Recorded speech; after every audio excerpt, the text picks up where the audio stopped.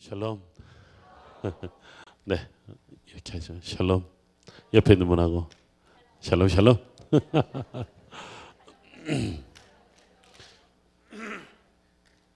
네. 자, 우리 벌써 7번째 시간입니다.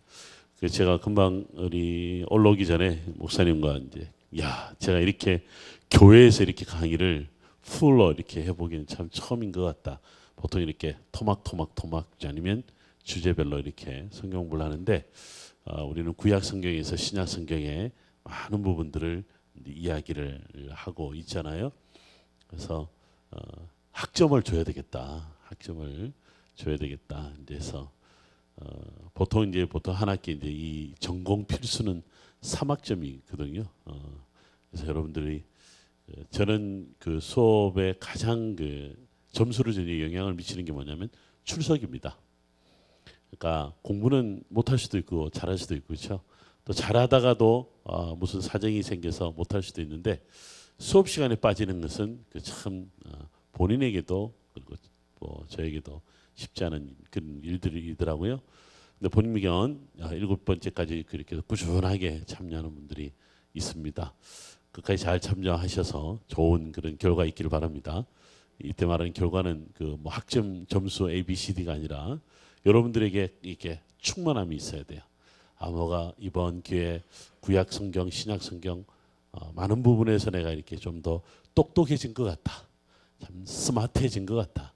내가 전혀 몰랐던 부분들도 깨닫지만 또 알았던 부분을 좀 더 깊이 또 알게 되는 그런 시간인 것 같다. 여러분들에게 그런 은혜가 있으면 좋겠습니다. 그리고 공부를 끝까지 하는 사람들 나중에 보면 끝까지 남은 사람이 별로 많지 않습니다. 탑 오브 탑이 되는 것이. 여러분들은 지금 그런 과정이 있다는 생각이 듭니다. 오늘 그 이야기 시작하기 전에 제가 늘 그 사울하고 다윗에 대한 말씀을 참 많은 그 강의나 또 설교 시간에도 많이 이야기를 하는데 기억나세요? 그 사울을 왕으로 세울 때 하나님께서 왕을 원래 원하지는 않으셨잖아요. 그래서 이제 사무엘을 통하여 이제 왕을 세우는 그 과정을 우리가 잘 보는데 그 왕을 세울 때 하나님 결국은 제가 볼 때는 왕을 끝까지 세우고 싶지는 않으셨던 것 같아요. 근데 그거를 어쩔 수 없이 뭐 백성들이 요구하니까 왕을 세워 주셨다. 근데 그렇게 우리가 보통 알고는 있는데 그 숨겨진 비밀이 있습니다. 무슨 말이냐면 하나님 끝까지 왕이라고 하지 않으세요. 그러니까 결국은 나중에는 시대가 흐르면서 그 땅이 역사 속에 왕으로 등장을 하지만 하나님은 왕이란 말을 별로 쓰고 싶지 않으셨던 것 같아요. 우리가 오늘 주제로 들어가기 전에 저와 함께 잠깐 하나 성경을 찾아봤으면 좋겠습니다. 사무엘상 10장을 한번 보시죠. 사무엘상 10장을 한번 보시면 오늘 우리가 공부할 주제와 많이 관련되어 있습니다. 10장 1절 한번 보세요. 드디어 사무엘이 기름을 부어요. 사울에게 기름을 부으는데 그 기름을 부으면서 그를 뭐라고 부르는지를 한번 보실까요? 한번 1절을 잠깐 보세요. 뭐라고 그를 불러요? 왕이라 부르지 않고. 기업의 지도자라고 그러죠. 기업의 지도자라고 그래요. 그 지도자라는 말을 성경에 리더라고도 이야기를 하지만 저 따라 한번 해볼까요? 나기드 크게 합니다. 나기드. 자, 그다음에 이번엔 또 어디를 찾아보냐면 사무엘하 5장을 한번 가봅니다. 사무엘하 5장을 한번 가봅니다. 사무엘하 5장을 보면 다윗이 이스라엘의 왕으로 등장을 합니다. 이제 이스라엘 사람들은 자신의 왕들이라고 그러는데 하나님께서는 그를 이제 왕으로 삼습니다마는 그를 왕으로 이야기하기 전에 먼저 사용했던 말이 있습니다. 1절부터 3절 사이에 보시면 왕 대신에 또 사용된 말이 뭐가 있죠? 에? 이스라엘의 주권자라고 해놨습니다. 그렇죠? 많은 분들이요, 이 성경 요 본문을 읽으면서 이스라엘의 주권자, 너가 이스라엘의 주권자가 되리라 하셨나이다 하니라 이래요. 그럼 보통 이 주권자는 왕이 하는 역할, 왕이 주권자로서 그 통치하는 통치자로서의 그 이름을 주권자다 이렇게 이야기를 보통 이해를 하거든요. 그런데 여기 사용된 이스라엘의 주권자라는 말 역시 뭐냐면 나기드예요. 나기드야. 자, 그러면 사울에게도 나기드가 사용됐고 다윗에게도 나기드가 사용이 되었다. 그런데 왕이라는 말이 도대체 왜 그렇게 거슬렸는가라는 거예요. 어떻게 보면 주권자든 뭐 통치자든 또는 그 지금 이야기하는 것처럼 지도자든 분명히 누군가 리더는 세워야 될 거 아니에요. 근데 그 전에는 사사라는 이름으로 세웠는데 사사란 말이 빼버리고 뭐로 바뀌냐면 지도자, 주권자로 바뀐 거죠. 근데 이 말이 결국 뭘로 바뀌어요? 왕으로 바뀌는 거예요. 근데 굉장히 뭔지 모르게 왕이란 말을 좀 지금 당장 쓰기에는 그 시대적 상황이 아니었던 것은 아닌가. 그럼 도대체 왕이란 말이 도대체 뭘까라고 해요. 그 혹시 이제 성경 공부하신 분들 중에 보면 왕이란 말을 뭐라고 부르는지를 들어보셨을 텐데, 제가 스펠링을 잘 쓰는지 모르겠습니다. 한번 따라할까요? 멜레크가 왕이라고 하는 말이에요. 그러니까 여기서 나오는 왕은 멜레크야. 지도자나 주권자는 뭐라고요? 나기드야. 나기드. 사사는 쇼페트라고 해서 말 그대로 심판하다, 재판하다 그런 뜻을 갖고 있고요. 그러면 나기드가 원래 말하는 주권자 혹은 지도자가 갖고 있는 원래 뜻이 있을 거 아니에요. 근데 무슨 말이냐면 to tell 혹은 to say, 말하는 사람, 말하는 자라는 뜻이에요. 그러면 무슨 말을 할까요? 이스라엘의 주권자고, 그렇죠? 이스라엘 통치하는 리더니까 무슨 말을 하는 자다? 하나님의 말을 전하는 자, 대언하는 자. 여기에 모든 그 어떻게 보면 하나님의 일을 맡아서 하는 자들에 대한 전체적인 말이 아마도 지도자 혹은 주권자다, 나기드라는 말이죠. 그래서 어떻게 보면 이 사사란 말이 또 아니고 왕이란 말 그 대신에 중간에 뭔가 사사라는 의미도 들어가겠고 왕이라는 의미도 들어가겠고, 그러나 중요한 것은 하나님의 말씀을 전하는 자, 하나님의 또 뜻을 밝혀서 전하는 자, 이 모든 역할을 하는 사람은 나기드죠. 이스라엘 백성들은, 지금도 유대인들은 유월절이나 뭐 이런 절기뿐만 아니라 안식일이 되면 가정에서 예배를 드립니다. 보통 안식일 뭐 만찬이라고도 하고, 유월절 같은 경우는 유월절 만찬이라고 그래요. 그날 우리 어느 분이 말씀하는 걸 보니까 유월절 만찬에 초대받아서 가신 분들도 있는데, 그 유월절 만찬을 전문적인 용어로 세데르라는 말을 씁니다. 세데르란 말. 혹시 다음에 여러분들 그 유대인들 만찬에 참여할 일 있으면 아하, 이게 세데르구나라는, 세데르는 어도예요. 그러니까 명령이라는 말이 아니고 질서라는 말입니다. 그러니까 하나님 앞에 나아가는데 이런 단계가 필요하다라고 하는 의미로 만찬이라도 그걸 갖다 다 질서를 지켜서 예배를 하거든요. 유대인들은 근데 안식일이라는 거니까 유월절 세데르만큼 하지는 않더라도 절차를 나름대로 가지고 있어요. 근데 보면 음식을 앞에 두고 어떤 가정은 1시간을 기도하는 사람이 있어요. 초대해놓고 1시간을 쫄쫄 굶게 만드는 거예요. 손님 게스트는 게스트지만 우리는 이게 중요하다는 거예요. 그러니까 뭐 기도문도 있고 또 기도를 따라서 하기도 하고 갑자기 노래하기도 하고 또 기분 좋으면 몇 곡도 부르고 막 그냥 이렇게 시간을 보내거든요. 그러니까 유대인들은 과연 이 집안에서의 이 예배가 또는 이 식사할 때 이 예배가 갖는 의미가 뭘까라고 가만히 들여다보면 결국은요, 그 가정에 리더가 있어요. 아버지면 아버지, 할아버지면 할아버지. 집안의 리더가 모든 것들을 다 이끌어가요. 근데 그 리더가 자녀들을 축복을 해요. 안수하면서. 여러분들 아버지나 아들을 안수할 수 있어요? 해본 적 있으세요? 아들 뭐 거부하고 싫으면요, 잘 때 살짝 가서 머리에 안수를 해주세요. 어머니들도 안수를 해주는 거. 이거는 리더의 나기드로서 하는 역할이에요. 여러분들은 가정의 나기드가 되어야 돼요. 일터의 나기드가 되어야 돼요. 이게 사실은 하나님은 지금 왕이라는 것은 세상의 통치를 이야기하는 건데 나는 세상의 통치자가 아니라 하나님 나라의 통치자가 필요하다. 그것이 멜렉이라는 이름이 아니라 나기드라는 이름이야. 오늘 제가 성전 이야기를 조금 더 구체적으로 하려고 그래요. 성전이 왜 문제가 있냐? 종교개혁은 결국은 성전개혁인데 종교개혁의 필요성, 성전개혁의 필요성 결국은 뭐냐면 나기드가 잘못됐기 때문에 그런 거예요. 지도자가 잘못됐기 때문에 지도자가 말을 해야 되는데 예배를 이끌어가야 되는데 가정이나 일터에 모든 정확한 말씀을 따라서 움직여야 되는데 그것이 실패하니까 무너지고 또 쓰러지는 거니까 이거를 이제 바로 세워야 된다. 이게 이제 나기드의 역할이거든요. 자, 그런데 멜렉이란 말 들어보니까 무슨 말하고 비슷하지 않으세요? 어? 어차피 틀릴 텐데 크게 좀 이야기하라니까 무슨 크게 얘기해 보세요. 아비멜렉. 아, 그렇군요. 그렇죠. 멜기세덱. 와, 많이 아시네. 근데 제가 원하는 그 답은 그 다른 데에 있어요. 다른 데 있어요. 혹시 이런 말 들어보셨어요? 혹은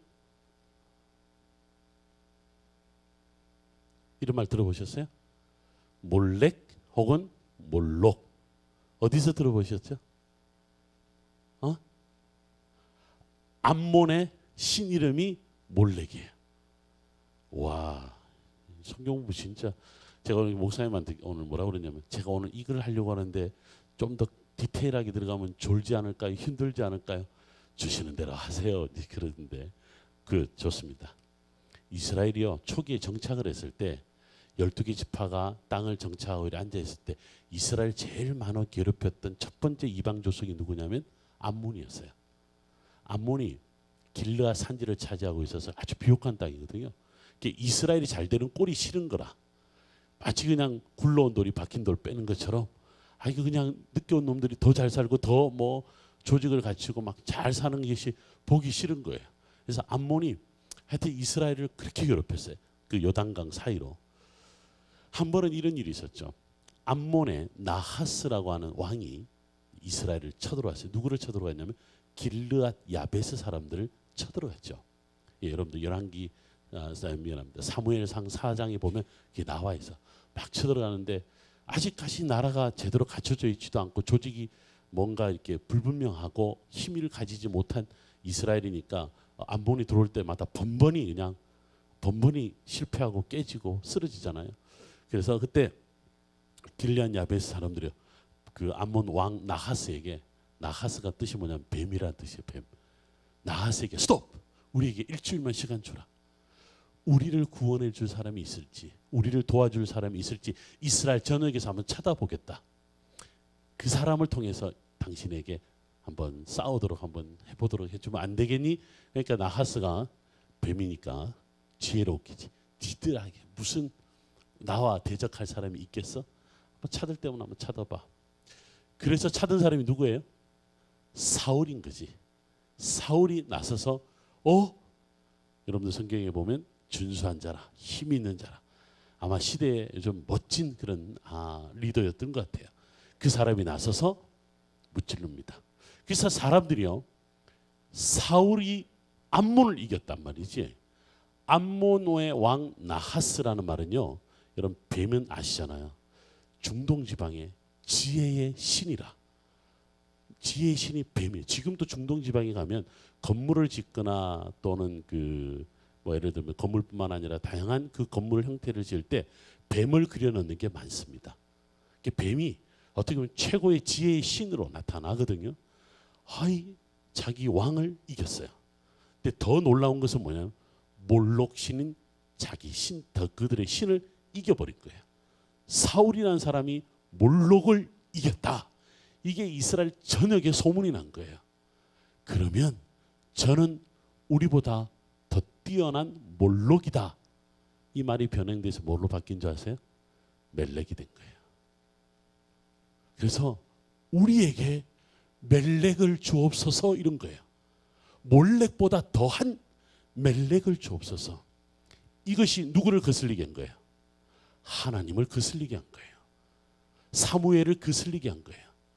저들이 그 몰록신을 어디로 가져오겠다는 말이에요? 이스라엘 땅으로 가지고 와서 하나님을 리플레이스 하겠다는 거라. 제단에 하나님 앞에 예배하는 제단을 몰록신으로 리플레이스 하겠다는 거예요. 이것이 이스라엘의 초기에 가장 큰 싸움이었던 거예요. 그래서 오늘 지금 이야기하잖아요. 사사시대에서 왕으로 넘어가는 그 중간시대거든. 그 중간시대에 왕을 달라고 그러니까 소위 말해서 차라리 사사를 주옵소서 이랬으면 달랐을 겁니다. 그런데 우리에게 몰록을 주옵소서 이러니까 하나님이 불따구가 난 거지. 사무엘이 화가 난 거지. 어떻게 해야 되지? 어떻게 해야 되지? 그 대안을 결국은 이스라엘 백성들은 계속 왕이라고 그러고요. 하나님 뭐라고 그래? 계속 지도자, 주권자라고 계속 이야기하는 거예요. 그러니까 마치 서로 다른 역할을 이야기를 하고 있는 것을 봅니다. 이게요. 뭔지 모르게 하나님과 이스라엘 백성 사이에 뭐가 생긴 거예요? 영적인 갭이 계속 생기는 거예요. 왠지 모르게 신앙생활 하다 보면 이렇게 여러분들 어떠세요? 더 다가가고 싶고 더 다가가고 싶은데 우리를 가로막는 게 있잖아. 가로막는 게 있잖아. 근데 그게 뭔지 모르게 계속 나에게 바더가 되는 거야. 괴롭히고 나를 힘들게 하는 그런 게 있어요. 어떻게 보면 우리가 영적인 삶을 살아간다라고 할 때 마치 이스라엘 백성들이 요구했던 몰록 혹은 멜렉처럼 우리를 갖다 계속 괴롭히는 그런 것이 있지 않나라고 합니다. 사울에게도 나기드라는 이름, 결국은 다윗에게도 나기드라는 이름이 주어졌는데 사울은 자신을 단 한 번도 나기드로 인식하지 못했습니다. 뭐라고 생각을 했어요? 자기가 멜렉이다, 왕이다 생각을 한 거예요. 그러면 기름 부음 받았죠? 예언자라고 하는 소리까지 들었죠? 심지어는 멜렉이란 이름까지 얻었죠? 최고의 이름들은 사울이 다 얻은 겁니다. 다 얻은 거예요. 그런 사울인 반면에 다윗은 어떻게 나중에 가서야 드디어 이스라엘의 주권자라는 이름을 얻게 되는 거죠. 자, 그래서 오늘 나기드 혹은 멜렉이란 이 이야기는 겨우 이제 이 최고의 정점은 다윗 시대에 이르러서 하나님이 그를 통하여 많은 역사를 이루게 되는 이야기입니다. 오늘 우리는 성전 이야기를 좀 구체적으로 할 텐데 우리가 첫날부터 저하고 저 공부해 오는 동안 성전은 결국은 하나님 앞에 예배하는 곳, 그렇죠? 그래서 처음에 아브라함 이야기할 때 제가 거기서 그곳에서 이런 이야기했죠. 우리 영어로 뭐라고 그랬죠? The place. 히브리 말로는 하마콤. 이스라엘에서 나오는 선교 저널 중에서요. 하마콤이라는 저널이 있습니다. 그러니까 그곳이라고 하는 이게 하나님 앞에 예배하는 특별한 하나의 장소인데 근데 어떻게 보면 any place. 어떤 장소에도 뭐 우리가 예배할 수 있다는 그곳을 이야기하는데 근데 이 이름이 나중에 어떻게 바뀌었다고 그랬죠? The place가 The house로 바뀌었다 그랬죠? 그 집 이렇게 바뀌었다 그랬어요. 근데 이 이름이 나중에 또 뭐로 바뀌어요? The temple 이렇게 바뀌었다 그랬어요. 왠지 모르게 아브라함이 우르를 떠나 하란을 거쳐서 심지어는 가나안 땅에 왔지만 정착하지 못하고 애굽으로 갔다가 다시 돌아와서 가는 곳곳마다 예배하고 그 다음 시대 오면서 솔로몬 시대에 드디어 예루살렘이 등장을 하면서 예루살렘이 The Temple이라고 하는 어떻게 보면 템플의 정확한 의미는요 Holy House입니다. 히브리적 표현을 보면 하바이트, 하미크다시 이래서 Holy House가 어떻게 보면 성전의 정확한 의미가 되는 거죠. 그런데 성전에 대한 또 다른 별명이 있습니다. 혹시 신앙생활 오래 하신 분들은 이런 말 들어보셨을 거예요. 쉐키나라는 말 들어본 적 있어요? 쉐키나라고 하면 하나님의 영광이 있죠. 임하다, 쉐키나 이런 말을 해요. 못 들어보신 분들은 그런 말이 있구나 이렇게 보시면 돼요. 사실은 쉐키나는 하나님의 영광이란 뜻이 아니에요. 무슨 말이냐면 하나님의 영광이 임하다가 뭐냐면 쉐키나예요. 지금 제가 더 플레이스 뭐 이렇게 장소적인 의미를 이야기했지만 그 장소에서 나중에 예배하는 그 이제 하나의 우리 중요한 그런 이제 어떻게 보면 하나님 앞에 우리가 드려지는 그런 행위 있잖아요. 이것이 결국은 뭐 이름으로 뭐가 우리에게 기억이 되냐면 쉐키나라는 이름이 정확하게 이해가 돼야 됩니다. 그런데 조금만 잘 따라오세요. 히브리어에는요 끝에 아로 끝나면 여성을 가리키는 명사입니다. 쉐키나라고 할 때는 아로 끝나죠. 여성 명사예요. 자, 그다음에 또 하나 지혜라는 말 들어보셔서 그 지혜를 히브리 말로 뭐라고 그러냐면 호크마 그래요. 그래서 우리 여러분들 서점에 같은 뭐 호크마 성서주석 이런 게 있어요. 호크마 끝에 아로 끝나죠. 지혜는 남성 표현이에요, 여성 표현이에요. 여성들이 더 크게 이야기해야 돼. 지혜는 남성 표시예요, 여성 표현이에요. 여성 표현이라. 그러니까 남자보다 여성이 더 지혜로운 것은 성서적이라. 제대로 아멘 하시네요. 그래서 성경에 보면 지혜로운 여인, 지혜로운 사람, 물론 뭐 하나님의 쓰임을 받았던 많은 그런 일꾼들은 남자들도 많지만 사실은 원래 지혜는 여성 표현. 여러분 지혜를 가리키는 헬라 말이 뭔지 아세요? 한번 따라 볼까요? 소피아. 소피아가 지혜란 말이야. 헬라어는 끝에가 아로 끝나잖아요. 이것도 여성 명사라. 자, 그러면 쉐키나, 호크마, 그 다음에 소피아. 뭐에 전부 다 여성이라. 그렇다면 이것은 뭐 여러분들 2단이다, 3단이라고 하는 이상한 종교 철학에 보면 여러분 아세요? 왜 하나님 아버지라고만 기도하니? 하나님 어머니라고 왜 기도 못하니? 하나님은 꼭 아버지여야 돼? 여성신학자들이 이렇게 이야기를 해요. 그래서 이름을 하늘에 계신 우리 어머니 이렇게 기도하는 사람이 있어요. 들어본 적 없으세요? 여러분 이런 경건한 신앙생활을 하셨나 보다. 하늘에 계신 우리 어머니 이렇게 이야기하는 여성신학자도 있어요. 그런데 이 사람들의 그 이야기를 들어보면 수긍이 가는 게 있어. 뭐냐면 하나님께서 이 땅에 하나님을 아는 지식을 주셨다는 거예요. 근데 그 지식은 우리가 일반적인 지식, 세상의 지식으로는 알 수 없는 거야. 그건 뭘 통해서 알 수 있냐면 하나님의 말씀을 통해서 아는데 하나님의 말씀을 아무리 읽어도 이해가 하기 어렵죠. 여러분 오늘 여기 왜 모이냐면 하나님의 말씀을 배우고 싶은 거야. 근데 저를 통해서도 또 다른 목회자들을 통해서 여러분 하나님의 말씀을 배우다 보면 여러분들 속에 지식도 생기지만 뭐가 생겨요? 지혜가 생기거든. 이 지혜가 바로 뭐냐면 하나님의 여성성이다. 하나님의 임재는 바로 지혜로 이루어지는데 이 땅에서 이 땅을 품는 그런 어머니의 마음처럼 그런 지혜로운 자가 되어야 된다. 이렇게도 이야기하는 사람이 있어요. 뭐 다 접어두고라도 공교롭게도 호크바나 쉐키나라든가 소피아라든가 전부 다 여성 명사로 쓰는데 그게 다 지혜라. 여러분들 지혜로운 자가 되면 어머니의 마음이 좀 필요한 것 아닌가? 어머니 여러분들 생각하면 어떤 생각이 들어요? 어머니들도 있지만 여러분들이 어머니 그러면 모든 것들을 다 인내하고 품어주시고 참고 베푸는 이게 우리 어머니의 이야기가 아니겠어요? 여러분 어머니들 그렇게 사세요? 어머니 된 자들이요 그렇게 사세요? 자녀들에게. 그러면 자녀들이 여러분들 곁에 이렇게 늘 붙어 있어요. 왜? 엄마에게 오면 뭔지 모르게 편안하고 어머니는 다 받아줄 것 같고 이런 게 뭔지 아세요? 하나님의 마음인 거지. 그래서 이제 성경에 보면 오늘 우리 계속 어려운 이야기만 하잖아요.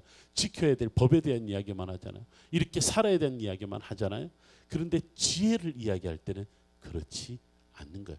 그런데 지도자들에게는 이 지혜가 있어야 된다는 거예요. 지도자들에게는 품고 안고 가야 되는 거지. 제가 내일 모레 새벽 기도에는 이런 뭐 안 나오실 분들 많으니까 미리 말씀을 드립니다만 예수님이요 베드로 배신하고 도망갔잖아요. 그렇죠? 세상 사람들은 안 찾아가요. 이런 네 가지 없는 놈, 이런 배신한 나를 어떻게 그렇게 배신하고 갔어? 근데요 예수님 찾아가셨어요. 그렇잖아요. 저는 예수님이 최고의 리더십은 여기에 있었던 것 같아. 베드로를 찾아가서 기싸대기를 날린 것도 아니고 뭐라 그런 것도 아니고 뭐 한 줄 아세요? 밥 먹자. 밥 먹자. 지금 잡은 생선 좀 가져오너라. 저는 그래서요, 목살을 먹사라고 그러거든. 저는 너무 좋아. 제가 식당집 아들이에요. 늘 뭐 배고파 본 적은 없어. 가난하게 살아도 배고파 본 적은 없어. 우리 어머니는 굶어도 나는 먹었거든.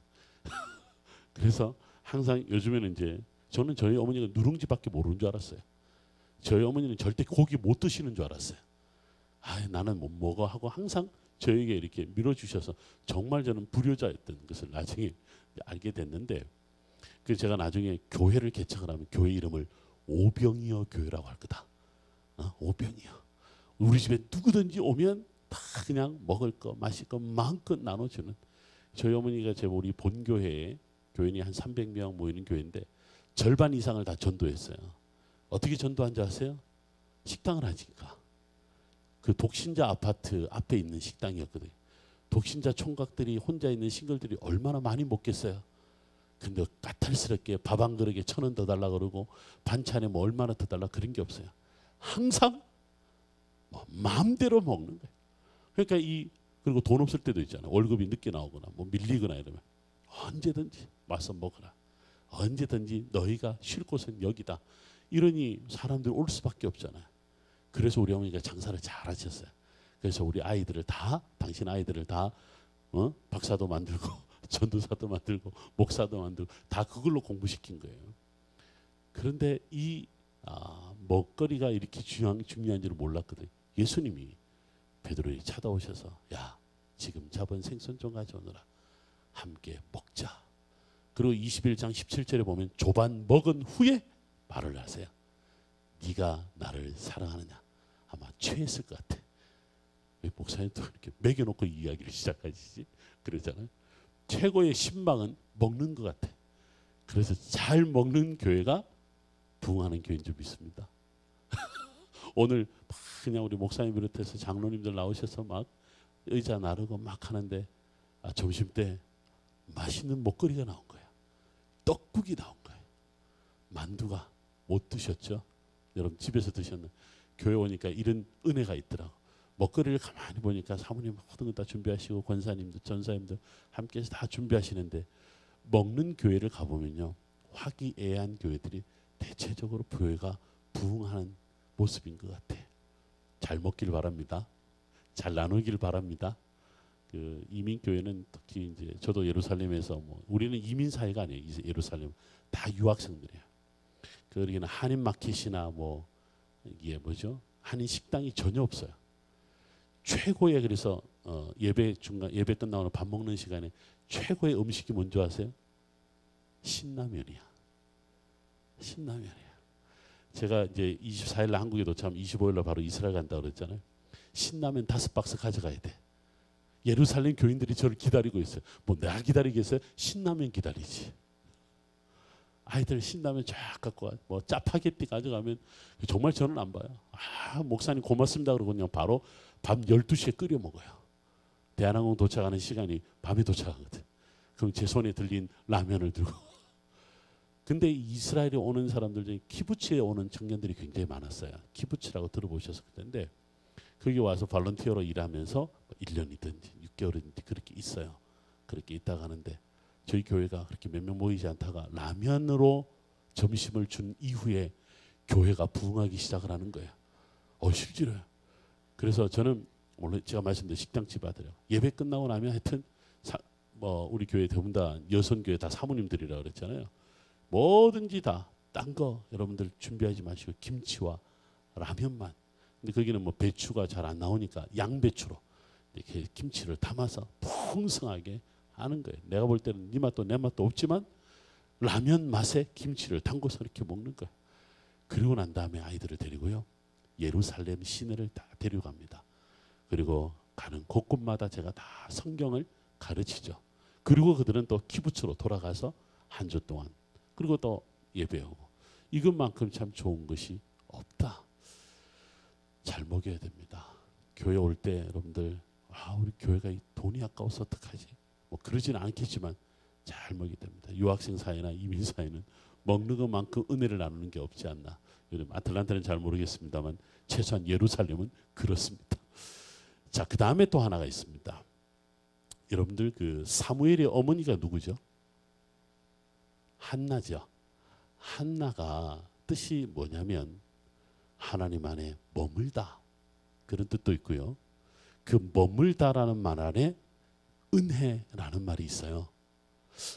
머물다와 은혜가 어떤 상관관계가 있나 이렇게 생각할 수 있는데, 제가 한번 강의 중에 이런 이야기 했습니다. 비단길, 중국 신장성에서 시작을 해서 중앙아시아를 지나서 이스탄불 거쳐서 로마로 가는 비단길이 있다 그랬죠. 그 비단길은 가는 곳곳마다 중간에 쉬어가는 도시가 있다고 그랬죠.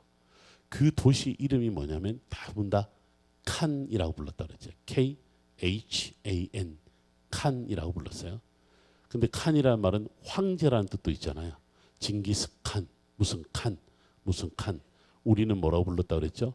가한, 이렇게 불렀던 이름이 바로 황제라는 이름도 있는데, 황제라는 이름 안에 무슨 뜻이냐? 머물다, 스테이하다, 그런 뜻이 있어요.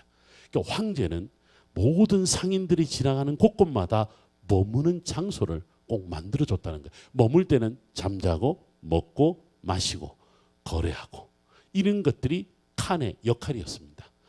근데 재밌는 건요, 칸이란 말과 히브리어에 한이란 말이 있어요. 한, 즉 한나의 한이 여기서 왔습니다. 바꿔 말하면 머물다라는 것은 사람들이 하루 종일 일하고 지쳐있는 우리에게 쉼을 주는 장소, 그게 칸이라는 뜻을 갖고 있는 거죠. 그래서 그것을 이스라엘 사람들은 또 다른 말로 뭘 바꿨냐면 은혜라는 말로 바꾼 거예요. 은혜는 뭐예요? 값으로 사는 게 아니잖아요. 그저 우리가 뭐예요? 하나님의 은혜는 머물기만 하면, 걷다가 지쳐서 그냥 하나님 품에 오기만 하면 하나님이 잘 왔다, 내가 너를 기다렸다 이러면서 품으시잖아요. 그것이 바로 하나님 곁에 머무는 그것이 은혜다. 이게 뭔지 아세요? 바로 성전의 의미입니다. 성전은 쉐키나라는 말도 쓰지만 한이란 말도 쓰거든요. 결국은 성전에 나오는 자들은 머물면서 하나님의 은혜를 누리는 자다. 이 말이 신약 성경에는 누구의 이름과 관련되어 있냐면, 목사님 이 존스가 존하고도 관련되어 있는 건 아니죠. J-O-H-N 관련되어 있나요? 존스가 모르겠습니다만 이제 스펠링을 봐야 되겠는데, 여러분 존이란 말이 요한이잖아요. 요한이 히브리 말로 요하난이에요. 요하난 안에 한이 있어요. 요한은 하나님의 은혜라는 뜻이야. 하나님의 은혜가 머물다라는 뜻이에요. 뭐 여기 존스가 존 관련돼 있다면 여기가 하나님의 은혜가 머무는 곳이다. 이게 바로 존 요한의 의미가 되는 거예요.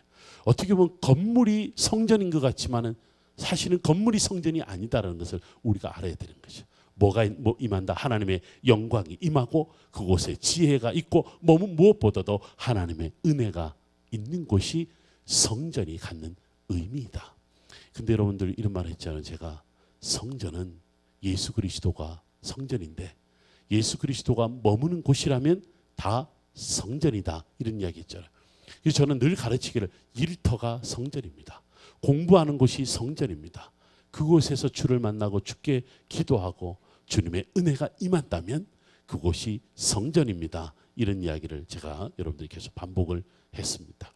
자, 이제 우리가 오늘 본문 말씀과 관련해서 조금 더 진행을 합니다. 오늘 본문에 보면 열왕기하 22장 2절 말씀에 여호와 보시기에 정직히 행하여 그 조상 다윗의 모든 길로 행하고 좌우로 치우치지 아니하였더라, 그렇게 나옵니다. 자, 이 이야기의 배경이 이렇습니다. 오늘 이 이야기는 누구와 관련되어 있냐면 구약 성경의 요시야 왕과 관련되어 있습니다. 요시야 왕. 요시야 왕 그러면 우리가 누구를 무슨 사건을 기억하죠? 종교 개혁을 이야기를 합니다.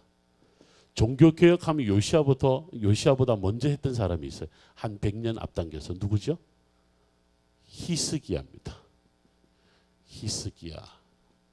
우리가 보통 그냥 연대를 그렇게 생각하시다. 그냥 한 720년대.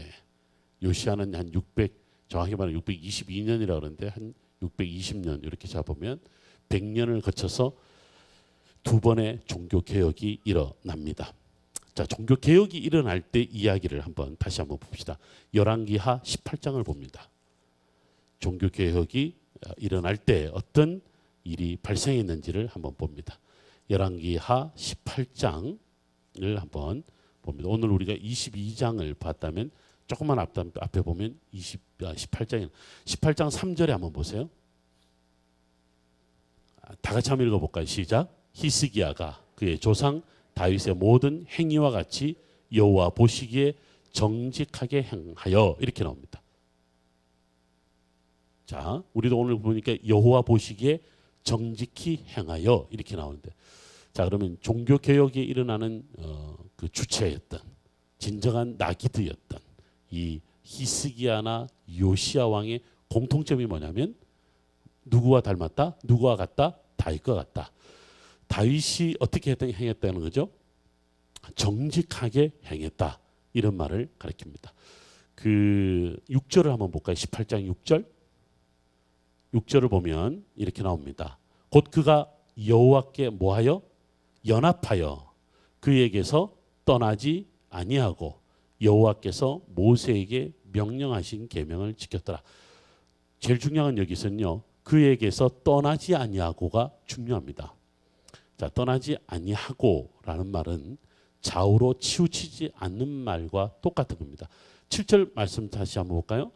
7절에 보면 여호와께서 그와 함께 하심에 그가 어디로 가든지 형통하였더라.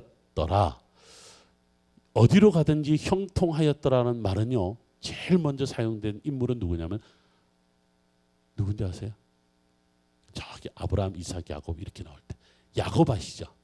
야곱이 왜 베델에서 베개를 베고 돌베개로 베고 잘 때 15절에 보면 창세기 28장 15절에 보면 내가 무엇을 하든지 내가 너에게 허락하는 것을 다 이루기까지 내가 너를 떠나지 아니하리라. 이것이야. 그러니까 여호와와 함께 동행하는 자들에게는 하나님이 그에게 소망을 갖고 있어요. 우리가 하나님께 소망을 갖고 있다고 하시면 있지만 하나님이요 여러분들에게 소망을 갖고 있는 거예요. 제발 나 떠나지 마. 난 너에게 복 주고 싶고 내가 너와 동행하고 싶고 너를 통하여 형통케 하고 싶은데 제발 좀 떠나지 마. 이게 하나님 여러분들에게 두는 소망이거든요. 한번 생각해 보신 적이 있어요? 하나님이 나를 향한 계획이 있다. 계획만 생각하지 하나님이 여러분들에게 소망을 갖고 있다. 소망을 갖고 있는 자들에게 조금 더 보면 하나님이 그를 통하여 형통케 한다. 그런 이야기를 하는데 지금 오늘 야곱 이야기도 그렇고 히스기야 이야기도 그렇고 요시야 이야기도 그런 게 동일한 게 하나가 있어요. 길에서 떠나지 말고 그 다음에 좌우로 치우치지 말고 그 다음에 정직행해라. 이 말에요. 어근들을 다 찾아보면 다 똑같은 말이야. 정직히라는 말을 나중에 여러분 찾아보면 알겠지만 스트레이트라는 뜻이에요. 좌우로 치우치지 말라는 말도 마찬가지로 뭐예요? 정확하게 앞으로 가라라는 그런 뜻을 갖고 있어요. 앞으로 나아가라. 그런 이야기인데. 그런데 아세요? 앞으로 나아가라고 하는 야샤르 안에는 이런 뜻이 하나 있어요. 찬양하라라는 뜻이 있습니다. 그러니까 우리가 길을 갈 때 보면 우리를 이 길에서 떨어뜨리려고 하고 벗어나려고 하게 하는 길은 너무 많잖아요. 그럴 때마다 너는 여호와께 집중하고 그 집중하는 게 뭐냐면 찬양하는 거다. 그러니까 히브리 말로 야샤르라고 하는데요. 이거는 스트레이트인데 그 안에 샤르는 찬양하다는 뜻을 갖고 있어요. 여러분 아가서 아시죠? 솔로몬의 아가서의 원래 정확한 영어 이름이 뭐예요? Song of Song이에요. 찬양 중에 찬양이 아가서라. 솔로몬이 성전을 짓고 찬양하고 하나님께 감사하며 찬양하고 그것이 오늘 이 속에 있는 거예요. 다윗이 찬양했던 모습 기억나시죠? 언약궤를 다윗성으로 예루살렘으로 갖고 올 때 저는 그 장소를 가본 적이 있습니다. 기럇 여아림이라고 하는 나중에 이름이 바알레 유다라고 하는 이름으로 바뀐 그곳에서 언약궤를 갖고 올 때 얼마나 좋아했을까. 그 기럇 여아림에서 보면 예루살렘이 저 멀리 보여요. 그 예루살렘을 향하는 언약궤 드디어 하나님이 언약궤 빼앗긴 언약궤가 돌아오고 또 당신이 하나님의 종이 될 때까지 20년을 기다린 거거든요. 20년 만에 드디어 예루살렘으로 가는데 그가 왕이 되자마자 제일 먼저 한 것이 언약궤를 가지고 오는 거예요. 근데 그 언약궤 앞에서 그가 뭐 했어요? 춤을 췄어요. 노래했어요. 찬양했어요. 이것이 다윗이 행하는 길이었습니다. 아우, 저 노래 잘 못해요. 찬양은 노래 잘하는 사람 많아요. 저희 아까 앞에 나온 분들 찬양 너무 잘하잖아요. 이분들은 특별한 달란트를 받으신 분들이에요. 근데 노래는 저도 노래 잘 못하지만 하다 보면 되더라고. 남들은 듣기 싫어해도 나는 괜찮아. 그렇잖아요. 흥얼흥얼 찬양한 우리 저희 어머니 맨날 찬양하는 거 들어보면 무슨 소리인지 하나도 몰라. 근데 당신은 너무 좋아. 기뻐해. 아, 내 입술로 주를 찬양하다. 여러분들 어려워도 힘들어도 찬양하시기 바랍니다. 그것이 주의 길을 가는 거야. 주의 길. 왜 우리가 예배하면서 찬양 시작해요?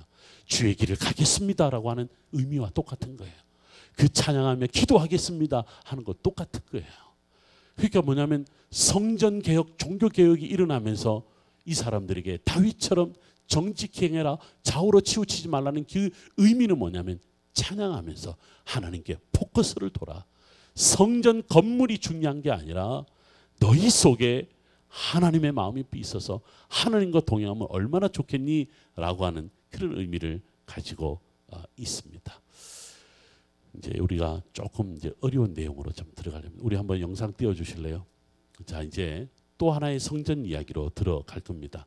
들어가는데 헤롯에 대한 이야기 그 다음 넘겨주면 헤롯이 들어오기 전에 제가 어저께 요 내용은 내일 다음 시간에 하겠습니다. 빨리빨리 지나갔어요.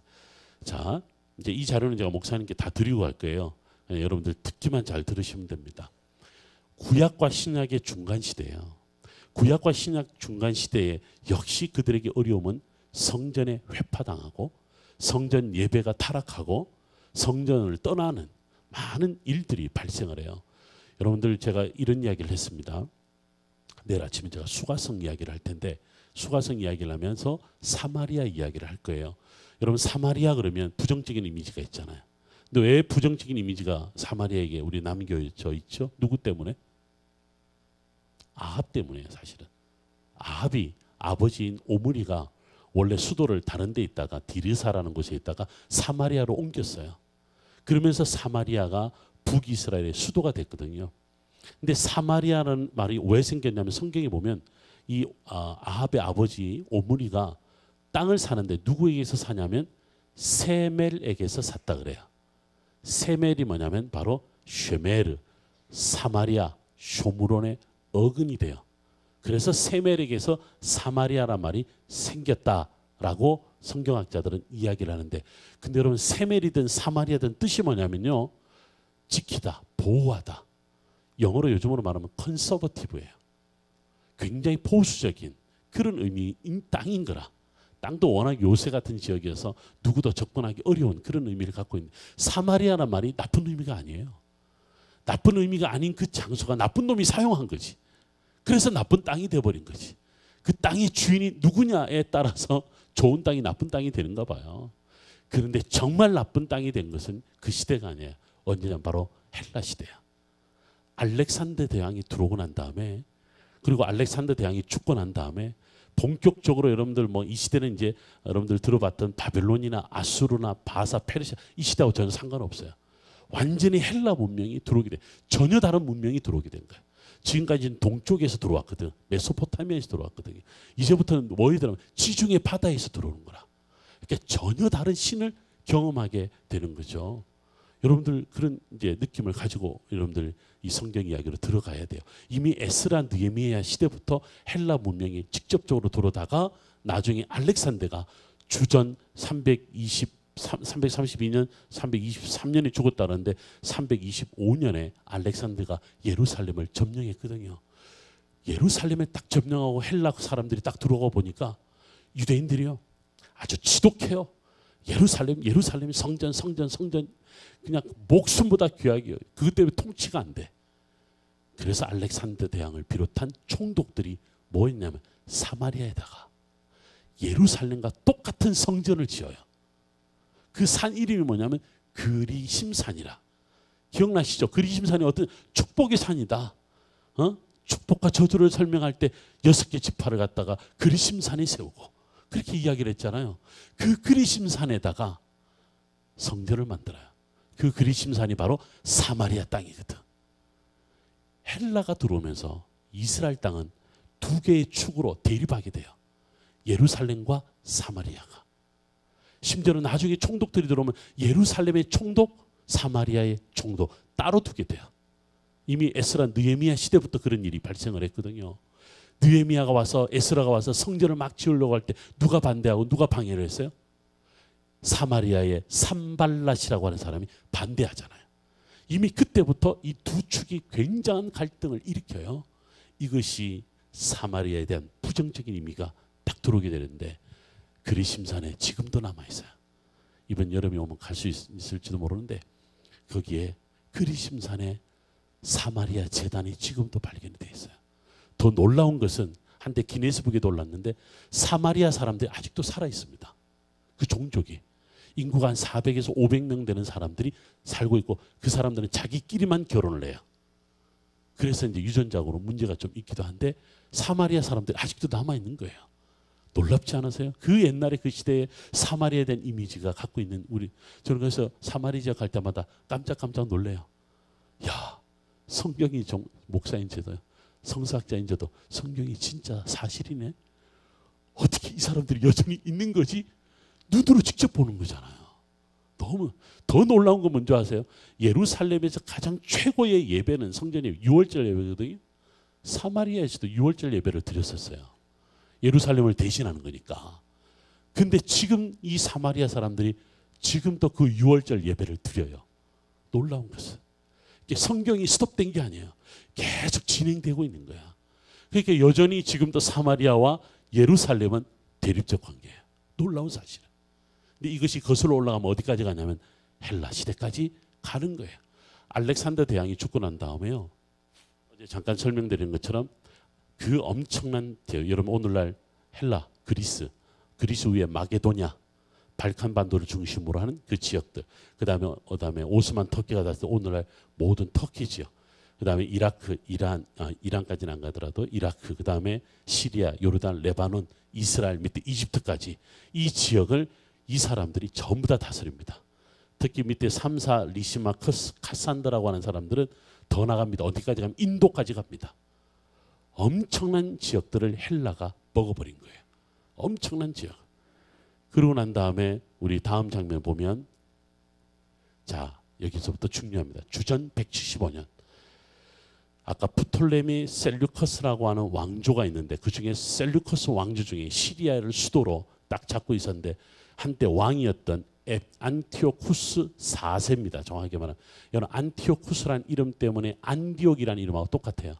여러분 성경에 안디옥이나 다소라든가 뭐 비시디아, 길리기아 이런 말이 있죠. 전부 다 헬라 시대부터 사용된 말이에요. 그러니까 헬라 우리가 소아시아 지역 공부할 때 바울에 대한 공부할 때 전부 다 우리가 이스라엘에서 듣는 명칭하고 다 다르잖아요. 그 다른 이름이 누구 때부터? 헬라 시대부터.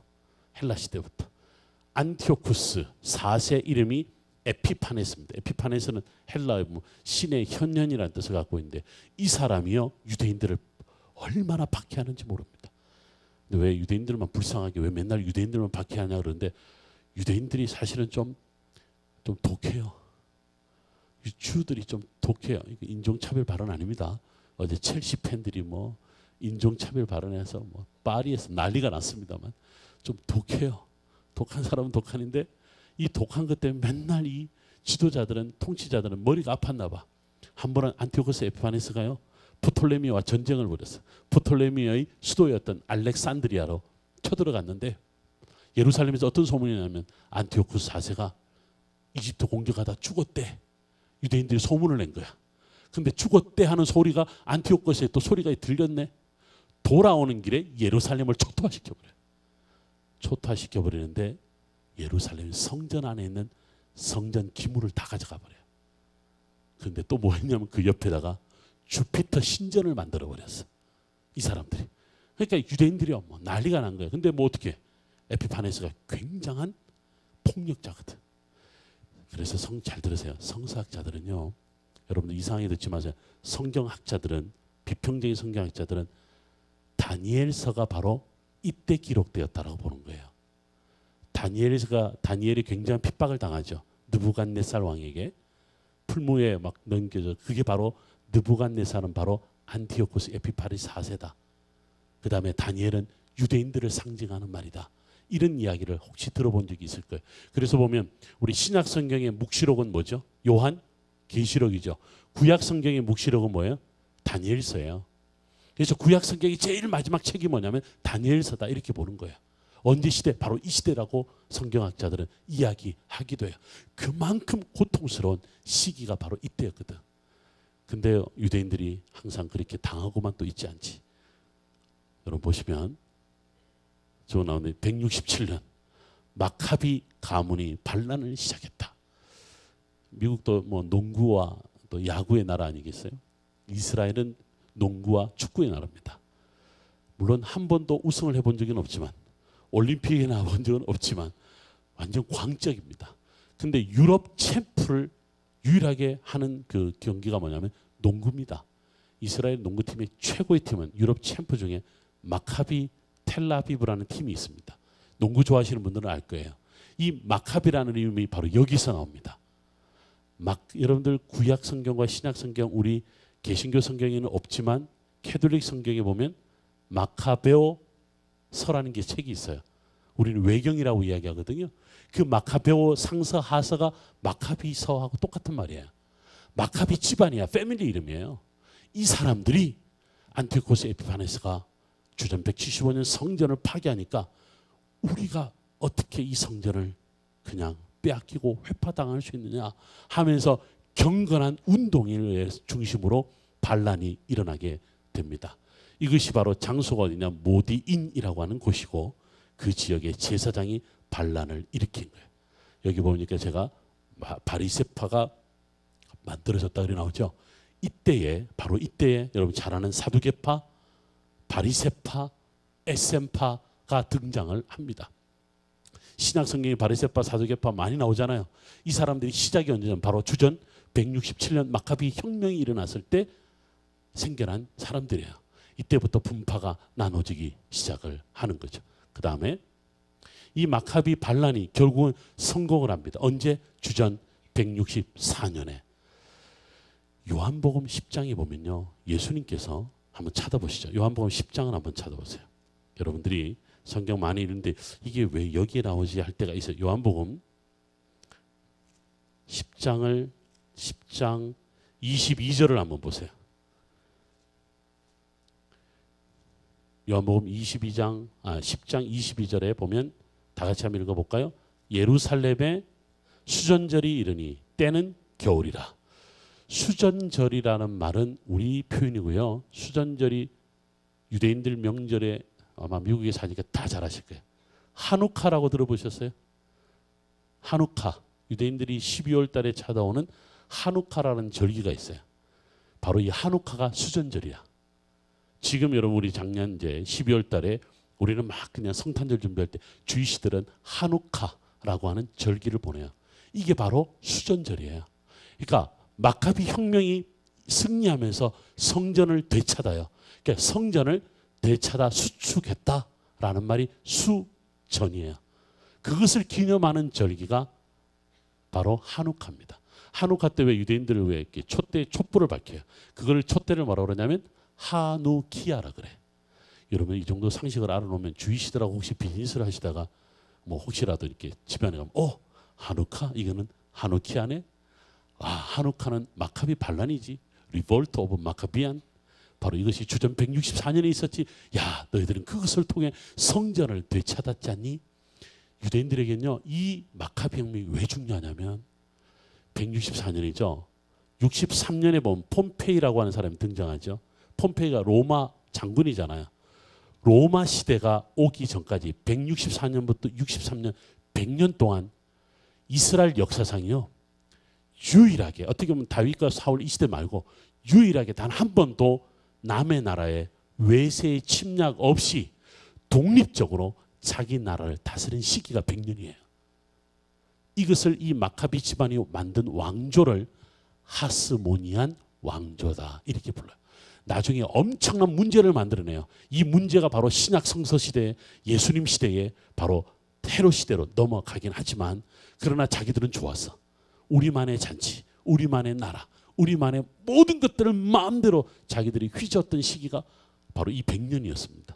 그래서 이 마카비 혁명이 너무너무 중요해요. 그래서 유대인들은 유명한 뭐 건물 이름을 지어도 마카비, 심지어는 술집 이름도 마카비, 이스라엘에서 가장 유명한 맥주 회사 이름도 마카비. 그래서 우리는 말하는 한민족 체전이라서 왜 전 세계 흩어진 우리나라 사람들 한국으로 불러서 체전 같은 거 하는 게 있었잖아요. 이스라엘은 바로 마카비 체전이래요. 마카비라는 이름이 굉장히 많이 오늘날 사용되고 있어요. 아마 여러분들 뭐 이렇게 보다 보면 아마 볼 때가 있어요. 마카비가 바로 이때 생겨난 거죠. 이게 바로 수전절이죠. 예수님께서 이 수전절에 성전에 올라오셨다. 뭐 이런 이야기도 있습니다만 구약과 신약의 가장 중요한 이 시대가 바로 마카비 혁명을 통한 성전을 되찾아요. 그런데 제가 아까 이런 말을 했죠. 이때의 이스라엘은 결국은 메시아 대신 예수님이 오시게 하는 결과를 가져온 거예요. 구약 성서 시대, 신약 성서 시대 어떤 시기보다도 가장 타락한 시기예요. 왜 타락한 줄 아세요? 잘 들으세요. 구약에는 기름 부음 받는 사람들이 누구였어요? 왕, 제사장, 선지자죠. 이 세 사람들은 어떻게 다 하나님의 기름 부음을 받죠. 우리가 영어로 anointed라고 그래요. anointing을 받는 사람들이 왕과 제사장과 선지자입니다. 요즘으로 말하면 우리 장로님들, 장로장님 할 때 anointing 하잖아요. 목사님들도 마찬가지 anointing을 하죠. 리더들이거든요. 그런데 마카비에 어떤 일이 발생하냐면 왕이 제사장이 되고 제사장인 왕이 선지자 역할을 한 명이 다 차지해버려요. 근데 이것을 누군가가 컨펌을 해줘야 되잖아요. 누가 컨펌을 해주냐면 독립적인 나라였지만 신식민지와 똑같았어요. 누구의? 헬라에. 그래서 셀류커스 왕조의 수도였던 다마스커스에 있는 셀류커스 왕에게 돈을 누가 더 많이 갖다 바치느냐에 따라서 왕과 제사장의 권한을 살 수 있었어요. 한 번은 이런 일이 있었어요. 어떤 사람이 돈을 갖다 메켈라우스라고 하는 사람이 돈을 갖다 놨어. 근데 이 사람 출신이 사마리아 출신이에요. 왕이면서 제사장이 됐어. 근데 누가 반대해요? 예루살렘에 있는 사람들이 반란을 일으켜요. 그래서 저 메넬라우스의 왕과 제사장 왕권을 다 박탈해야 된다. 그러면서 반란이 일어나면서 엉뚱한 사람이 돈을 더 갖다 바쳐서 왕과 제사장 권한을 따오는 거야. 여러분 이때부터 무슨 소문이 일어나는 줄 아세요? 절대 아버지가 유대인이고 엄마가 유대인이 아니면 자녀는 유대인이 아니다. 엄마가 유대인이어야 유대인이다. 이런 소문이 지금까지 나 있어요. 이런 이야기 들어보셨죠? 이때 메넬라우스가 무슨 짓을 했냐? 부인을 이방인 여자로 받아들였거든. 제사장이. 그러니까 부인이 유대인이 아닌데 이스라엘 땅에 제사장이 됐잖아요. 그러니까 이때부터 소문이 만들어지는 거예요. 절대로 엄마가 유대인이어야 유대인은 엄마가 유대인이 된다. 지금까지도 유대인들은 그걸 지켜갑니다. 그래서 이스라엘은 북의 사회이면서도 목의 사회입니다. 그만큼 엄마 역할이 굉장히 중요해 이스라엘. 그래서 우리 한국 남성들 중에 이스라엘 여성들 유대인들과 결혼한 분들이 있어요. 자녀들은 전부 다 유대인이에요. 근데 이제 한국 여성들 중에 이스라엘 남성과 결혼한 사람들이 있거든요. 자녀들은 유대인들이 아니야. 그냥 그 사람들은 그냥 이스라엘 사람 이렇게 부르죠. 이 소문이요. 벌써 2000년 전에 이때부터 생겨난 거예요. 그러면서요. 이 타락하는 시대에 어떤 운동이 일어나냐면 경건운동이 일어나요. 어떤 경건운동이 일어나는 줄 아세요? 예루살렘 필요 없다. 성전 필요 없다. 바리새파와 사두개파 니들끼리 싸우고 찌질 뽑고 다 해요. 정권이 바뀔 때마다 바리새파가 득세하고 어떤 데는 사두개파가 득세해요. 한번 정권이 바뀔 때 어떤 일이 있었냐면 여인이 왕이 된 적이 있어요. 여인 천하가 된 적이 있어요. 이때 누가 잘 보이냐면 바리새파가 잘 보이는데 바리새파 사람들이 사두개파 800명을 십자가 처형을 해버렸어요. 여러분들 우리 성경에 바리새파가 사두개파가 친한 것처럼 보이죠? 원래 이놈들은요 앙숙이었어요. 서로 죽이지 못해서 난리였어. 근데 누구 때문에 서로 친해져요? 예수님 죽이는 거예요. 이거에만 일치를 한 거지요. 우리가 역사적 배경을 보면 이때요. 바리새파 사두개파는 그런 왼수가 없었습니다. 근데 예수님 때문에 지들은 하나 됐던 거지. 자, 그런데요. 이때 우리는 성전도 예루살렘도 싫다. 우리는 진정한 하나님을 만나고 싶다. 그래서 일단의 무리가 광야로 나갑니다. 광야로 나가서 그들만의 공동체를 만들어요. 그 사람들이 그 유명한 따라합니다. 쿰난 공동체. 들어보셨어요? 우리 교회는 수준이 보통 수준이 아니에요. 쿰난 공동체가 이렇게 해서 생겨나요. 쿰난 공동체 중에 누가 나온지 아세요? 그 유명한 세례 요한이 나오는 거예요. 왠지 모르게 예수 운동이, 메시아 운동이 왜 나왔는지를 우리는 이제 알 수가 있는. 성전이 타락하고 그 성전을 중심으로 악의 다툼을 하는 바리새파와 사두개파 싸움에 진정 하나님을 만나고 싶었던, 빛으로 오실 메시아를 기다리고 싶었던 사람들이 광야로 나간 거예요. 우리 공부하면서 광야는 무슨 뜻이라고 그랬어요? 하나님의 말씀이라는 말 배웠죠. 엘리야가 왜 자 광야로 들어가서 내가 죽게 됐나이다. 하프타임의 시간을 가졌다고 했을 때 광야에서 누구의 말씀을 들어요? 하나님의 말씀을 듣고 그 이후에 그는 영적 싸움에 큰 승리를 이루었다는 이야기 들었잖아요. 마치 이때처럼 예루살렘이 타락하니까, 성전이 타락하니까 광야로 나간 거예요. 그 쿰난 공동체가 지금도 남아있어요. 근데 그 사람들이 하는 일이 뭔지 아세요? 매일 성경을 필사하는 일이었어요. 성경을 필사하고 또 필사하고 또 필사하고 또 필사하는데 그 다음에 한번 끝나버렸네. 자료 한번, 네, 그 다음 보세요.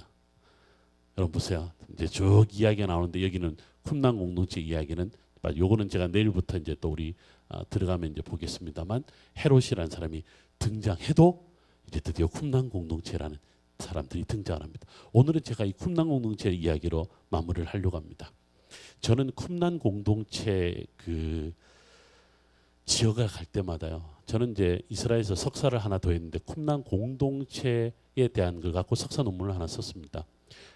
어떤 논문을 썼냐면 쿰난 공동체 멤버가 되려면 그냥 내가 멤버 되고 싶어야 멤버가 되는 게 아니에요. 왜냐하면 예루살렘에 누가 올 줄 알고 어떤 훈련을 받은 사람이 온 줄 알고, 이제는 너희들은 지금까지 받은 훈련을 전부 다 백지화해야 된다. 이제 너희들은 이곳에 새로운 훈련을 받아야 돼. 근데 그 훈련을 받는 사람 중에는 제사장도 있었고요. 아주 대단한 가문의 사람들도 있었습니다. 근데 쿰난 공동체에 들어오면 그 신분이 전부 다 평준화되는 거야. 똑같이 훈련을 받아야 돼. 2년의 기본 훈련을 받아야 멤버가 됩니다. 근데 이 사람들이 멤버가 왜 목숨을 걸고 되려고 그랬냐면, 그 당시 쿰난 공동체로 마치 쿰난 공동체에 들어가면 자기들의 빛의 자녀가 되고 메시아를 자기들만 받을 줄 아는 마지막 시대 종말론적 공동체였어요. 그러니까 대단한 인기가 있었던 거예요. 쿰난 공동체 멤버가 되기 위해서는 2년의 훈련을 받아야 되는데, 첫 번째 뭘 받느냐면 이사야서 1장부터 66장까지를 토시 하나 안 틀고 다 외워야 됩니다. 놀랍죠? 2년 차이는 더합니다. 시편 1편부터 150편까지를 토시 하나 안 틀고 다 외워야 됩니다. 이게 여러분 오늘날의 양육과정과 똑같은 거고요. 이게 나중에 어떤 영향을 주는 줄 아세요? 비잔틴 시대의 교회 시대가 되면 세례를 받는 사람들이 훈련 과정이야. 나중에 예루살렘 오면 제가 설명을 해드릴 텐데, 교회 지금 우리가 문이 이렇게 쭉 있잖아요. 비잔틴 시대에는 세례 받기 전에는 본당 안에 못 들어와요. 바깥에서 문에서 예배를 드려야 돼. 문을 다 열어줘요. 세례 받기 전까지는 그 지역을 나르티스라는 말을 쓰는데, 바깥에 자 예배 시작합니다 하는 문을 확 열어요. 그럼 세례 받기 전에 사람들 바깥에서 예배를 드리는 것이. 근데 그 사람들이 여기 들어오기까지 몇 년이 걸리냐면 2년이 걸려요. 2년 동안 철저하게 훈련을 받고 본당에 들어올 수 있는 거지. 똑같은 거예요. 쿰난 공동체는 2년간의 훈련을 거쳐서 안에 들어오는 거예요.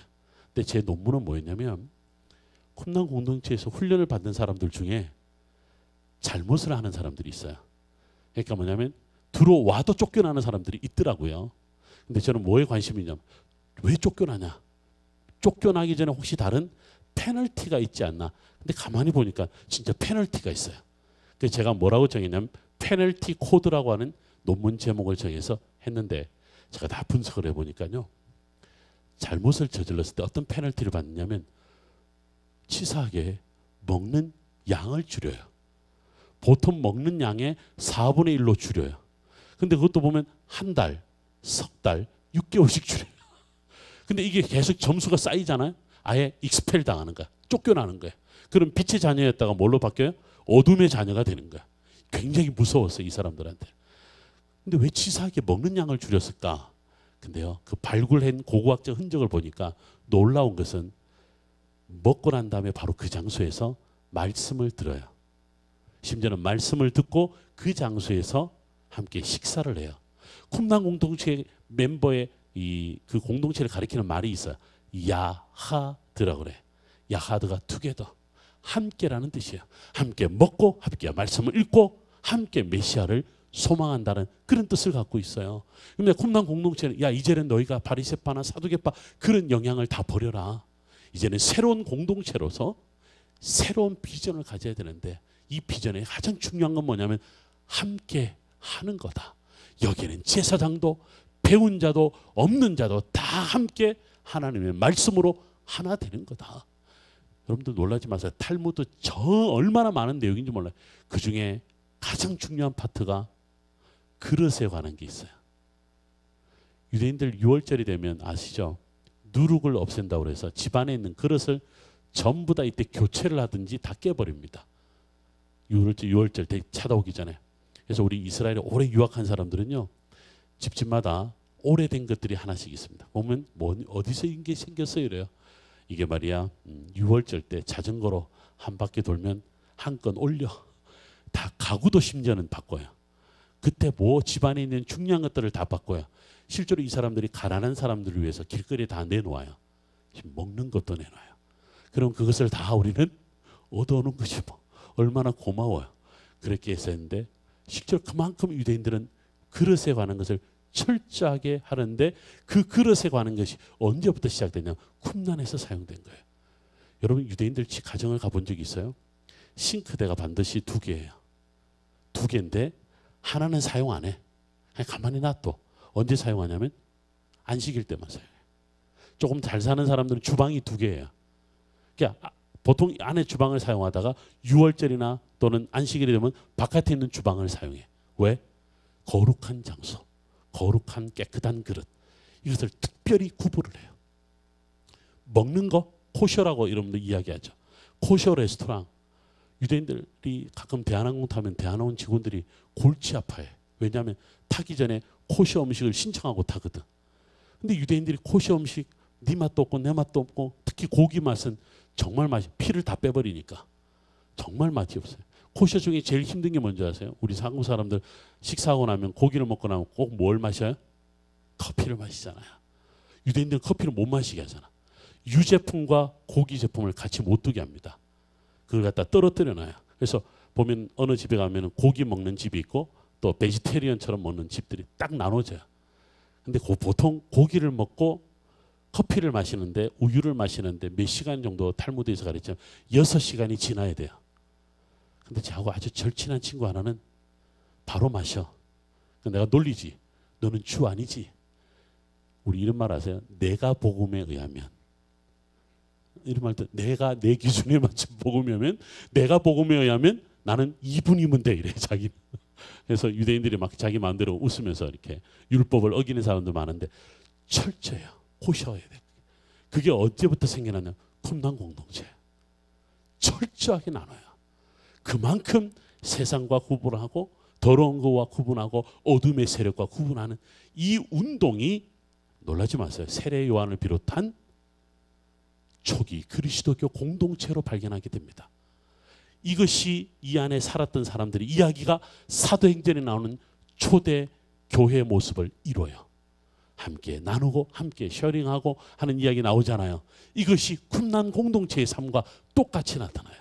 그래서 우리 기독교에서 공부하는 사람들 초기 그리스도교 공동체 초대교회 모델이 뭐냐면 쿰란 공동체예요. 근데 여러분들 아셔야 돼요. 우리 기독교 공동체는 꼭 쿰란 공동체를 끄집어들이지 않더라도 지금까지 구약 성경과 신구약 중간 시대에 있어서 어떻게 우리 기독교가 탄생되었냐면 성전을 성전답게 못했던 유대인들의 그 삶에서 완전히 벗어나는 거예요.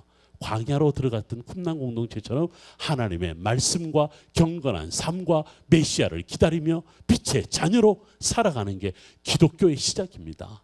이것이 어떻게 보면 오늘 우리 공부의 가장 중요한 부분. 제가 오늘 어려운 이야기를 좀 했어요. 구약과 신약 중간 시대, 헬라 시대, 뭐 사마리아 이야기, 또 뭐 마카비 혁명 이야기, 수전절 이야기, 그 다음에 뭐 하스모니아 왕조 시대, 구약 성서 시대에 없었던 왕과 제사장을 자기들이 마음대로 다 하면서 결국은 타락하고, 결국은 무너지고, 결국은 망해버린 거예요. 쿰난 공동체가요, 늘 하는 일이 성경을 필사했다잖아요. 쿰난 공동체의 이 사람들이요, 나중에 도망가요. 왜 도망가냐면 로마 군인들이 와서 이스라엘을 멸망할 때. 근데 이 사람들이 무려 250년 동안 늘 성경 필사에 있는 것을 다 들고 갈 수가 없는 거라. 그걸 어떻게 해요? 항아리 속에 담아서 동굴에 다 숨겨놓고 도망을 가. 메시아가 오면 찾을 거라고. 근데 그들은 돌아오지 못하죠. 1947년 5월 달 봄에 베두인이 지나가다가 돌을 던졌어. 근데 저기서 쨍그랑 하는 소리가 나네. 들어가 보니까 호호, 이 사람들 눈에 뭐가 보인 줄 아세요? 사본이 눈에 보인 게 아니라 돈이 눈에 들어온 거야. 쿰난 공동체 사람들 자기 재산을 가지지 않았잖아요. 함께 일하고 전부 다 공동으로 재산 관리했거든요. 그 공동으로 재산 관리한 동전이 그게 다 있었던 거야. 그것은 인마에 포켓하고 이 중요한 성경 사본을 다른 데다가 헐값에 넘겨. 그 당시에 뭐 50달러면 굉장히 큰 돈이겠지만 요즘에 얼마인 줄 아세요? 수천만 달러야. 근데 아직도 성경 발견되지 않은 게 딱 하나가 있어요. 뭐냐면 에스더서가 발견이 안 됐어. 그래서 제가 신학생들이 목회자들 오면요, 나하고 삽들고 에스더서 하나 발견하러 갈래? 그거 발견하면 네 인생 달라진다. 완전히 달라진다. 근데 그 동굴이요, 11개 동굴에서 성경이 다 발견되는데 곳곳마다 발견되는 성경이 하나가 있어요. 그게 바로 이사야서입니다. 지금도 성경 박물관에 가보면 이사야서 그것을 전체를 볼 수가 있어요. 놀랍게도 이사야 성경이 그대로 남겨져 있는 거죠. 제가 말씀드렸죠. 쿰난 공동체에서 가장 이 사람들이 잘 읽었던 성경이 뭐라고? 이사야하고 또 하나는 시편의 말씀이, 이 두 가지가 가장 핵심적인 내용. 그래서 여러분들도 성경 읽기 싫어. 그런데 성경 읽어야 돼. 뭘 읽어야 돼요? 이사야서와 시편. 그 다음에 신약 성경에는 읽기 싫은데 또 뭘 읽어야 돼요? 요한복음을 꼭 읽으셔야 돼요. 로마서와 요한복음은 거의 여러분들이 내가 쿰난 공동체의 삶을 살고 싶다. 로마서와 요한복음 너무너무 중요한 책이다. 그걸 꼭 읽어야 되는 거예요. 근데 쿰난 공동체가 성경을 필사했는데 저희 성경학자들은요, 쿰난 공동체 사본이 1947년 발견됐을 때 얼마나 대단한 발견인 줄 아세요? 놀라지 마세요. 지금 여러분 보고 있는 구약 성경이 원본이 아닙니다. 오리지널 버전이 아니에요. 그럼 우리는 뭘 봤냐면 그동안 사본을 본 거예요. 그래서 우리 기독교뿐만 아니라 유대인들도 성경에 대해서 엄청나게 공격을 받았다. 2000년 동안. 이게 언제 완성이 됐냐면 주후 9세기라. 그러면 우리 성경 이야기는 주전 이야기잖아요. 근데 주 9세기에 이것이 모음이 찍히고 다 성경 사본이 완성됐으니 그 시대의 것들이 없단 말이지. 이것 때문에 성경을 비판한 사람들이 얼마나 공격을 많이 했는지 몰라요. 근데 저희 같은 학자는 뭐냐면 발견되는 사본들마다 비교 연구를 해요. 오리지널 버전이 뭔지 찾아가는데. 그런데 그렇게 골머리 앓고 2000년 동안 오는 동안 그렇게 공격을 받았지만 그것이 완전히 사라지게 된 계기가 쿰난에서 사본이 발견된 거예요. 그 허름한 옷을 입고 다니며 맨날 먹을 거 달라고 하는 베두인 두 사람에 의해서 사본이 발견됐어요. 자, 그러면 우리가 지금 사용하고 있는 성경과 여기서 발견된 성경 사본을 비교해 보면 금방 알 수 있을 거 아니에요. 같은지 다른지. 그 사본이 주전 3세기 때부터 사용된 성경이니까 오늘날 우리 성경과 비교를 해보면 연도 차이가 무려 1000년에서 1300년의 차이가 나는 거거든요. 제가 이렇게 강력하게 이야기하는 것은 두 성경이 다를까요? 같을까요? 놀랍게도 똑같아요. 그래서 우리가 오늘날 우리가 사용하고 있는 성경이 우리는 분명히 믿고 고백한 성경인 것은 당연한데 학자들의 입장은 조마조마했을 거 아니에요. 야, 이거 다루면 어떡하지? 우리가 그럼 다루면 지금 지난 2000년 동안 성경을 잘못 가르쳤단 말이야. 엄청난 논란에 쌓일 수밖에 없잖아요. 그런데 이 사본, 여러분 나중에 예루살렘에 오시면 오늘 목사님과 일정 대충 잡았는데 제가 박물관에 그 오리지널 사본을 보여드릴 거예요. 1.1획도 변함이 없는 하나님의 말씀을 그곳에서 볼 수가 있는 거죠. 그런데 그 속에서 구약 성경만 발견된 게 아니라 신약 성경에 들어가는 중요한 내용들이 다 거기서 나오는 것을 볼 수 있는 거죠. 제 오늘 결론은 요시야 이야기라고 히스기야 이야기하고 에스라 느헤미야 다 성전과 관련된 이야기를 하지만 결국은 성전이 성전 역할을 못할 때 광야일지라도 그곳이 성전인데 광야를 성전 삼아 살았던 사람들의 삶은 늘 성경을 필사하고 성경을 가르치고 성경을 연구하고 말씀대로 살았던 사람들이야말로 역사를 넘어 오늘날까지 우리에게 영적 영향을 주는 것인 줄 믿습니다. 여러분들 그만큼 성경이 중요한 거예요. 성경 늘 읽으셔야 돼요. 성경 늘 묵상하셔야 돼요. 성경이 오늘 우리에게 주는 의미를 잘 발견해야 돼요. 여러분들이 성경 읽는 거에 그래서 게을리하면 안 돼요. 성경을 게을리하면 빛의 자녀가 아니라 뭐가 될 수 있다? 말은 하진 않겠어요. 빛의 자녀의 반대말은 뭔지 아시죠? 그만큼 성경이 중요한, 오늘 이 밤에 추운 날씨에 나왔음에도 불구하고 하나님의 말씀을 사모하는 여러분들은 빛의 자녀인 줄 믿습니다. 하나님의 말씀을 듣고 싶고 그 말씀에 비추어서 내 삶을 변화시키고 싶고 듣는 것이 너무 재밌어서 듣는 것이 내 삶 속에서 이제 녹아나서 큰 은혜의 삶 그렇게 살아가기를 원합니다. 여러분들 정직히 행하고 좌로나 우로나 치우치지 아니하고 늘 주님과 동행하는 여러분들이 되시길 주의 이름으로 축원합니다. 기도합시다.